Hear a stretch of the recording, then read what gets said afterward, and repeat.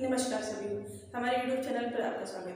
आज का टॉपिक है मूल अधिकार। आज का टॉपिक है मूल अधिकार, जो कि आपको पॉलिटी के अंतर्गत पढ़ना है। देखिए, मूल अधिकार के बारे में हम विस्तृत जानकारी देंगे आपको कि आखिर मूल अधिकार होते क्या है और हमारे संविधान में इसे कहाँ जगह दी गई है, किस आर्टिकल से किस आर्टिकल तक यह है। ठीक है, आगे बढ़ते हैं। देखिए, हमारे मूल अधिकार का जो भाग 3 है, जिसे हम लेसन 3 भी कह सकते हैं, वो मूल अधिकार से संबंधित है। मूल अधिकार मतलब मौलिक अधिकार। देखिए, मूल अधिकार या फंडामेंटल राइट्स को मूल अधिकार या मौलिक अधिकार क्यों कहा जाता है? क्योंकि यह किसी एक व्यक्ति पे लगते हैं, ना कि किसी संस्था, ना किसी सरकार पे लगते हैं। ये किसी एक व्यक्ति पे लगते हैं, इसलिए मूल या मौलिक अधिकार कहा जाता है। देखिए, जीवन जीने के लिए मौलिक अधिकार होना बहुत आवश्यक है। क्यों? अगर व्यक्ति का विकास नहीं होगा तो देश का विकास कैसे होता? तो व्यक्ति के विकास के लिए मौलिक अधिकारों का होना बहुत आवश्यक है। देखिए, जैसे आप जेल में चले जाते हैं तो आपसे 90% आपके मौलिक अधिकार छीन लिए जाते हैं। आपसे देखिए स्वतंत्र, आपको घूमने फिरने की स्वतंत्रता नहीं होती, आपकी अभिव्यक्ति की स्वतंत्रता आपसे छीन ली जाती है। अगर यही सब चीजें बाहर भी हो, समाज में भी हो, तो क्या आप अच्छे से विकास कर पाएंगे? बिल्कुल नहीं। तो व्यक्ति के विकास के लिए मौलिक अधिकार का होना बहुत ही आवश्यक है। देखिए, मूल या मौलिक मतलब एक व्यक्ति से रिलेटेड होते हैं। ये तो ना किसी सरकार पे लगते हैं और ना ही किसी संस्था पे लगते हैं। ठीक है, देखिए, मूल अधिकार किस पर लगते हैं? व्यक्ति पर। मूल अधिकार किस पर लगते हैं? व्यक्ति पर। व्यक्ति के लिए ही मूल अधिकार होते हैं। जैसे ये बहुत नैसर्गिक लिखा हुआ है, मूल अधिकार नैसर्गिक होते हैं क्योंकि आपके विकास के लिए मूल अधिकारों का होना अति आवश्यक है। अगर मूल अधिकार नहीं होंगे तो आपको बोलने की स्वतंत्रता नहीं होगी, घूमने फिरने की स्वतंत्रता नहीं होगी, अपने बारे में अच्छे सोचने की स्वतंत्रता नहीं होगी।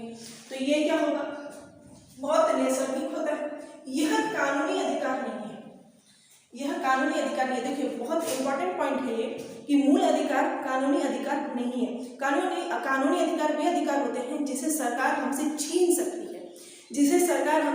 सकती है, लेकिन मौलिक अधिकार सरकार हमसे छीन नहीं सकती। ना तो सरकार छीन सकती है और ना ही पब्लिक छीन सकती है। देखिए, यहाँ लिखा हुआ है। देखिए, ना तो पब्लिक हमसे ये अधिकार छीन सकती है और ना ही गवर्नमेंट।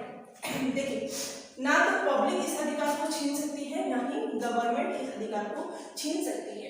तो मूल अधिकार कैसे होते हैं? मूल अधिकार व्यक्ति पे लगते हैं, ये नैसर्गिक होते हैं जीवन के लिए। दूसरी बात, यह कानूनी अधिकार नहीं है। क्यों? क्योंकि ऐसे कानूनी अधिकार को सरकार छीन सकती है, परंतु मूल अधिकारों को पब्लिक नहीं छीन सकती और गवर्नमेंट भी नहीं छीन सकती। अब बात आएगी इतने पावरफुल अधिकार हमने लिए कहाँ से? तो हम बता दें कि इतने पावरफुल मूल अधिकार हमने लिए हैं अमेरिका से। देखिए, यूएसए से। यूएसए में ये लिखित रूप में है, लेकिन हम ये भी कह सकते हैं कि यूएसए से भी ज्यादा अच्छा मूल अधिकार अगर किसी ने जानकारी दी है तो हमारे संविधान निर्माताओं ने दी। भारतीय मूल अधिकार बहुत ही विस्तृत जानकारी में है और बहुत ही अच्छे हैं। ठीक है, इवन अमेरिका से भी अच्छे कहें तो गलत नहीं होगा। तो यूएसए में से लिए गए हैं, यूएसए से हम प्रेरित थे, वहाँ के मूल अधिकारियों से प्रेरित थे। हमारे जो संविधान निर्माता हैं वहाँ के अधिकारों को उन्हें बहुत अच्छे लगे, तो उन्होंने भी अपने संविधान में इसको जगह दी। तो जगह दी तो किस जगह दी? तो यहाँ पे लिखा हुआ है भाग 3। तो मूल अधिकारों को जगह मिली है हमारे संविधान में भाग 3।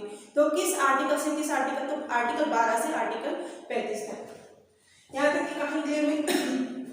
देखिए, मूल अधिकारों को निलंबित भी किया जा सकता है, मूल अधिकारों को निलंबित भी किया जाता है, लेकिन इसके पहले हमें ये समझना चाहिए कि मूल अधिकार को मैग्ना कार्टा भी कहा गया।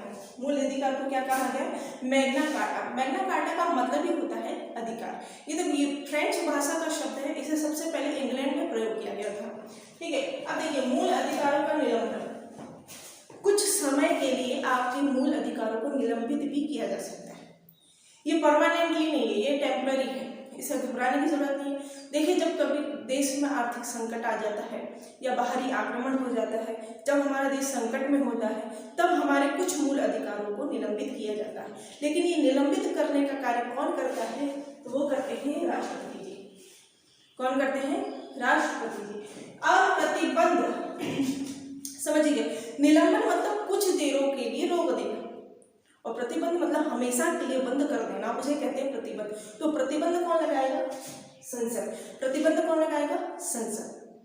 देखिए, हमारे यहाँ पे जो संविधान निर्माता थे ये बहुत दूरदर्शी थे। हमारे जो देश के नेता थे बहुत दूरदर्शी थे। उन्हें ये पता था कि आने वाले समय में सरकार अपने पद और पावर का दुरुपयोग करके हमारी जो जनता उनके अधिकारों से खिलवाड़ कर सकती है। इसलिए उन्होंने मूल अधिकारों को वाद योग्य बनाया। जैसे कोई अगर संसद या कोई भी व्यक्ति आपके मूल अधिकारों से छेड़छाड़ करता है या खिलवाड़ करता है तो आप अपने न्याय के लिए सुप्रीम कोर्ट जा सकते हैं।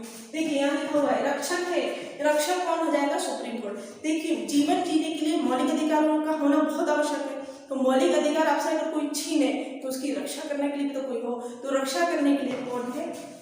सुप्रीम कोर्ट और हाई कोर्ट। आप डायरेक्ट सुप्रीम कोर्ट और हाई कोर्ट में अपना केस दायर कर सकते हैं। तो इस प्रकार से जो हमारा मूल अधिकार वो कैसा है? वाद योग्य। मूल अधिकार कैसा है? वाद योग्य। तो प्रवर्तनीय है क्या? बिल्कुल है, हम इन्फोर्स कर सकते हैं। अगर संसद या सरकार या कोई व्यक्ति हमारे मूल अधिकारों को छीन रहा है तो हम इन्फोर्स करके अपने मूल अधिकार को वापस ले सकते हैं, इसलिए उसे प्रवर्तनीय कहा जाता है। हम केस में इसके खिलाफ लड़ सकते हैं, वाद विवाद कर सकते हैं, इसलिए वाद योग कहा जाता है। ठीक है, तो देखिए हमारे जो संविधान निर्माता थे कितने दूरदर्शी थे। उन्होंने देश की जनता के लिए, आने वाली पीढ़ी को इस वो कहते हैं ना कि दूध का चला व्यक्ति छाछ भी फूक फूक के पीता है। जब हमारे संविधान निर्माता थे तो उस समय उन्होंने अंग्रेजों के तानाशाही सिस्टम के दंश को सहा था। उन्होंने वो सिस्टम देखा था कि सरकार किस तरीके से तानाशाह बन सकती है। इसी चीज को रोकने के लिए और अपनी पीढ़ी को सुरक्षित रखने के लिए देखिए संविधान निर्माताओं ने कितनी दूरदर्शिता दिखाई। उन्होंने सोचा कि हो ना हो हम तो आज कुछ दिनों के लिए हैं, हम हमेशा अमर तो नहीं है। ठीक है, आने वाले लोग, आने वाली सरकार हमारे इस भारत देश को कैसे सुरक्षित रखेंगे और इसमें रहने वाले लोगों का ध्यान कैसे रखेंगे। उन्होंने इन सब चीज़ों का ध्यान रखते हुए संविधान में एक प्रावधान कर दिया कि हमारे जो मूल अधिकार हैं इससे संसद खिलवाड़ नहीं कर सकती, इससे संसद खिलवाड़ नहीं कर सकती। इसकी भी कंडीशन है, देखिए संसद बदल सकती है लेकिन कुछ कंडीशन है जो हम आगे की वीडियो में देखेंगे। ठीक है, तो आपके मूल अधिकारों की रक्षा करने के लिए सुप्रीम कोर्ट बना दिया गया, हाई कोर्ट बना दिया गया कि आप अपने मूल अधिकारों की रक्षा स्वयं कर सकते हैं सुप्रीम कोर्ट में जाकर। देखिए कितना बढ़िया काम किया था, ऐसे संविधान निर्माताओं को दिया कोटि कोटि प्रणाम है। ऐसे संविधान आज के भी नेताओं को इतनी दूरदर्शिता रखनी चाहिए, तो काफी देश हमारा सुनहरा हो सकता है, स्वर्ग से जैसा भी प्यारा हो सकता है। ठीक है, आगे बढ़ते। रक्षक कौन से होते हैं? सुप्रीम कोर्ट, हाई कोर्ट, वाद योग्य और प्रवर्तनीय है। तो आप ये याद कर सकते हो कि मूल अधिकारों की रक्षा कौन करता है? Supreme court, high court. यह वाद योग्य है क्या? बिल्कुल है। यह प्रवर्तनीय है क्या? बिल्कुल है। तो सुप्रीम, देखिए आप मूल अधिकारों पे प्रतिबंध कौन लगा सकता है? संसद। लेकिन उनको निलंबित कौन कर सकता है? राष्ट्रपति। इसके बाद आगे बढ़ते हैं, देखिए अनुच्छेद 12 पढ़ते हैं। अनुच्छेद 12 कहता है, अनुच्छेद 12 कहता है कि राज्य की परिभाषा, अनुच्छेद 12 में है राज्य की परिभाषा।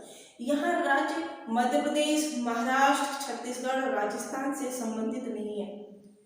ये स्टेट वो वाला स्टेट नहीं है जिसमें हम निवास करते हैं।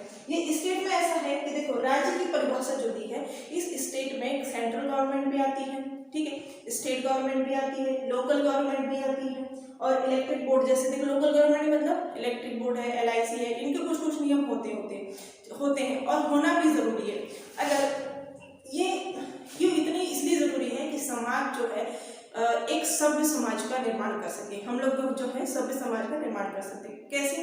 इस बात को इस तरीके से समझ सकते हैं कि जैसे आपके घर में बिजली आती है, आप उसका प्रयोग करते हैं, लेकिन आप क्या कर रहे हो कि उस बिजली का पेमेंट नहीं कर रहे हो, उसका बिल भुगतान नहीं कर रहे हो, तो बिजली बोर्ड की तरफ से कुछ नियम कानून होते हैं कि अगर आप बिजली का बिल पे नहीं करेंगे तो हम आपकी बिजली कट कर देंगे।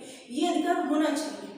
ये कुछ जो नियम कानून है इनकी तरफ होना चाहिए, वरना अराजकता आ जाएगी। कैसे आ जाएगी? आपने बिल पे नहीं किया, आपके पास वो रिक्वेस्ट कर रहे हैं कि बिल पे कर दो, लेकिन वो तो अपनी तानाशाही बता रहे हैं, गुंडागर्दी बता रहे हैं, तो ऐसे में समाज कैसा होगा? समाज में अराजकता आ जाएगी। समाज को सुव्यवस्थित करने के लिए या हम कह सकते हैं कि डिसिप्लिन करने के लिए ये कुछ नियम कानून बनाना बहुत जरूरी है। इसलिए लोकल बॉडीज को भी ये अधिकार देना आवश्यक हो जाता है, परंतु ये ध्यान रखा जाए कि उनके मूल अधिकारों को किसी भी प्रकार का खंडन ना हो। ठीक है, तो कानून बना सकती है, क्यों? सभ्य समाज का निर्माण करना है। अगर ये सब नहीं होगा तो अराजकता सी फैल जाएगी। जो आपको समझदार है इस बात को समझ सकते हैं।